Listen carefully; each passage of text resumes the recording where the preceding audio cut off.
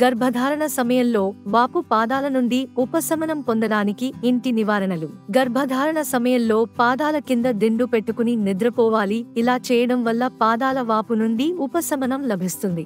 ప్రతిరోజు ఇలా నిద్రపోవడం ద్వారా మీరు వాపు నుండి చాలా ఉపశమనం పొందవచ్చు. గర్భధారణ సమయంలో శరీరంలో పొటాషియం తక్కువగా ఉండటం వల్ల పాదాలలో వాపు వస్తుంది. పొటాషియం లోపం వల్ల రక్తపోటు, నీరు నిలుపుదల వంటి సమస్యలు కూడా వస్తాయి.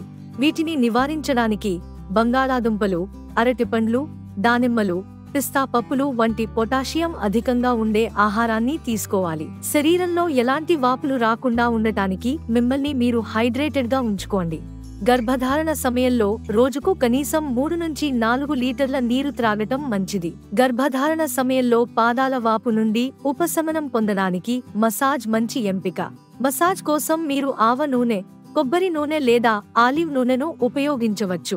రోజుకు 2 నుండి 3 సార్లు మసాజ్ చేయడం వల్ల త్వరగా ఉపశమనం లభిస్తుంది. మీరు రాత్రి పడుకునే ముందు మసాజ్ కూడా చేసుకోవచ్చు.